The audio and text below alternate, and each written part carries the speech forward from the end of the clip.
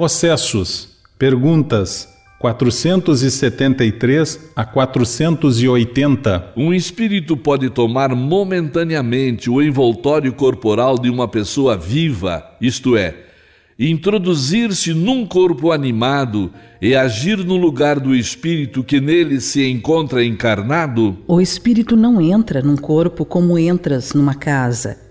Identifica-se com um espírito encarnado, cujos defeitos e qualidades sejam os mesmos que os seus, a fim de agirem conjuntamente. Mas é sempre o espírito encarnado quem atua, como quer, sobre a matéria de que se acha revestido.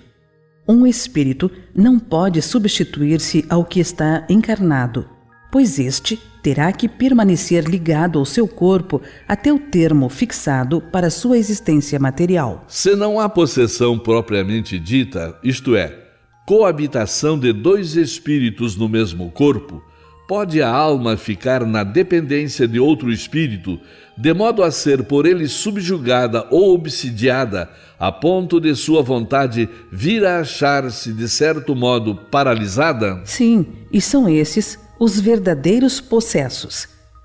Mas é preciso que saibais que essa dominação jamais se dá sem a participação de quem a sofre, que por sua fraqueza quer por desejá-la. Muitas vezes se tem tomado por possessos alguns epiléticos ou loucos que mais necessitavam de médico do que de exorcismo. Na acepção vulgar, a palavra possesso supõe a existência de demônios, isto é, de uma categoria de seres de natureza má, e a coabitação de um desses seres com a alma de um indivíduo no seu corpo.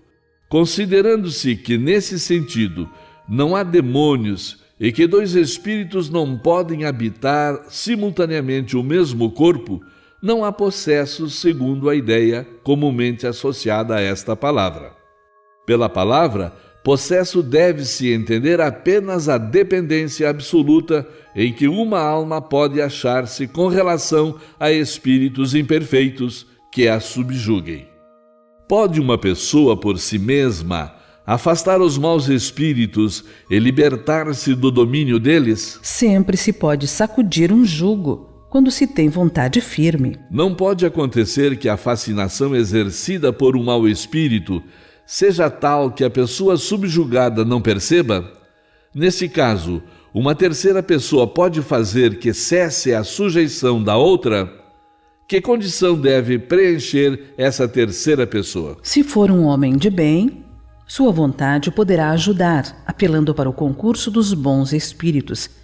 Porque quanto mais se é um homem de bem, tanto mais poder se tem sobre os espíritos imperfeitos, para afastá-los, e sobre os bons para os atrair.